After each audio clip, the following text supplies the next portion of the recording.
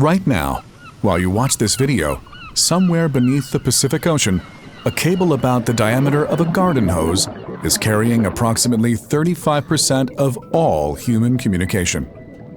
Email, stock trades, video calls with relatives who don't quite understand how to center themselves on camera, arguments about films, arguments about politics, arguments about arguments.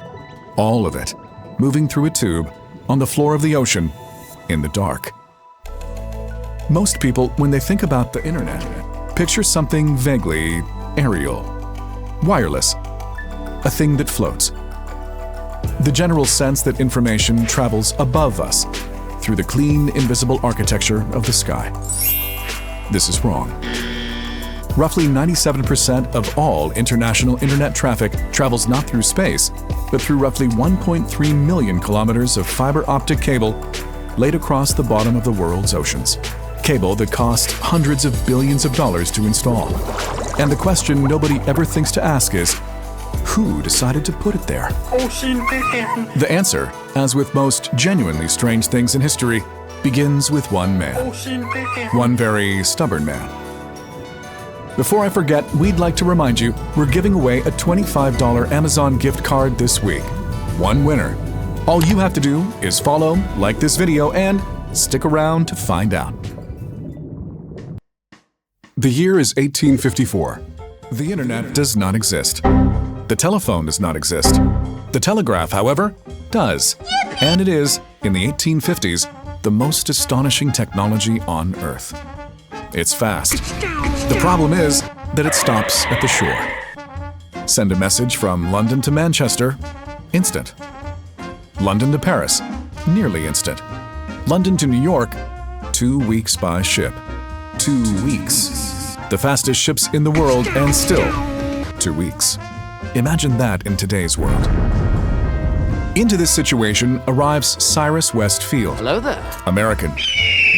And now, like all men who've made a fortune and retired early, almost immediately in need of a project. The project he chose was this: lay a telegraph cable across the floor of the Atlantic Ocean. All 3,200 kilometers of it. His advisors told him it was impossible. The ocean floor at that point had been surveyed so poorly that nobody actually knew what it looked like down there. Yes, but imagine if it worked. This is not a sound engineering position, but it is, historically speaking, how a remarkable number of things get built. The first attempt in 1857 failed. The cable snapped. The second attempt in 1858 succeeded, briefly. Queen Victoria sent President Buchanan a congratulatory message. Buchanan sent one back. The world celebrated. Cyrus Field was given a parade in New York City, which is the 19th century equivalent of going extremely viral. 3 weeks later, the cable stopped working entirely. Someone, in an attempt to boost the signal, had sent too much voltage down the wire. The insulation burned out. The cable went dead. The parade became, in retrospect, premature. Field lost most of his fortune. He was mocked in the press. A reasonable person would have stopped. He tried again in 1866. It worked. Permanently this time. The Atlantic was connected. Messages that took 2 weeks now took minutes. Cyrus Field is not a household name. He should be.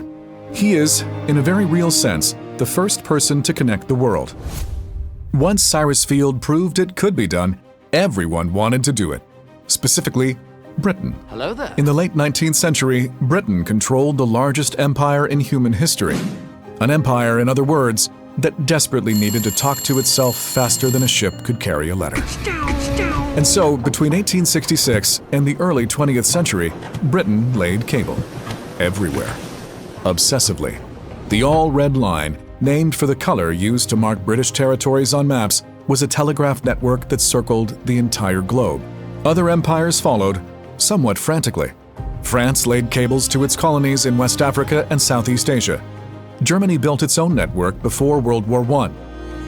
The United States, having acquired various Pacific territories after the Spanish-American War, pushed cable west from San Francisco to Hawaii, to Guam, to the Philippines. Infrastructure is geopolitics. It always has been. It's just that geopolitics rarely looks like a cable on the ocean floor.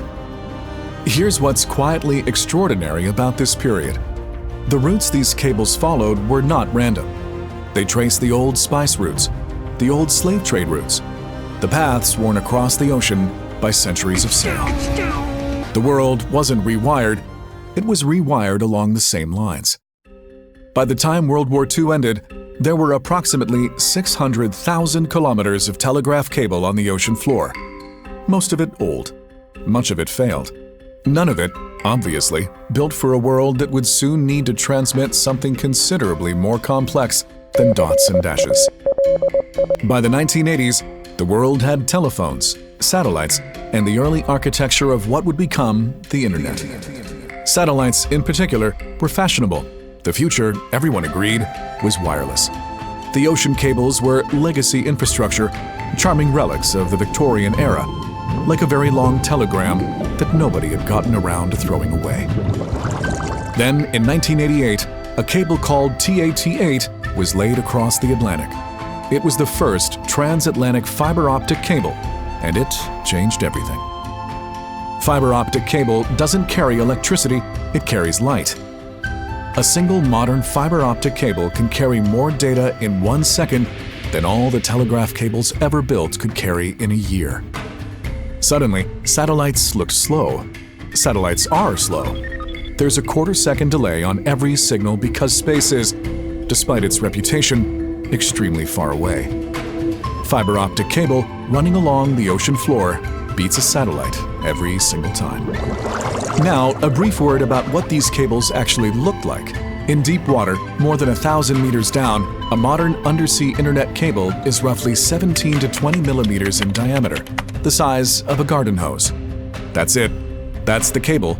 This is the thing carrying your emails, your streaming, your banking, your news. In shallow water, near the coast, they add armor, more steel, more sheathing, because that's where things go wrong. Ships' anchors, fishing trawlers, and sharks. Hello? Sharks bite the cables. This is real. This has happened multiple times. Google, yes, the company, specifically wrapped their trans-Pacific cables in Kevlar after sharks were recorded investigating the cables with what can only be described as unprofessional curiosity. The entire global internet is, in part, armored against sharks. That sentence is true. Sit with it. As of today, there are over 550 active undersea cable systems crossing the world's oceans. And who owns all of this? Historically, cables were owned by telecommunications consortiums, working together, sharing costs and ownership of specific cable systems. That model still exists, but increasingly, the companies building new cables are the ones you use every day. They've been quietly building their own private cable networks for over a decade. Not sharing, not consortiums, theirs. Capitalism, baby. And the international law around it is approximately as developed as you'd expect for a scenario nobody took seriously until recently. In 1854, Cyrus Field had an idea. A simple, expensive, probably insane idea. Put a wire in the ocean. Connect two places that had never been connected. Ignore the failures. Try again after that. And what grew from that wire is the nervous system of modern civilization. It doesn't float. It doesn't arc through the sky.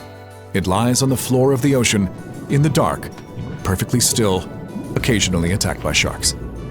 And right now, at this exact moment, it is carrying this sentence to you. And that giveaway, still open. $25 Amazon gift card. Follow the account, like this video, comment below with your pick.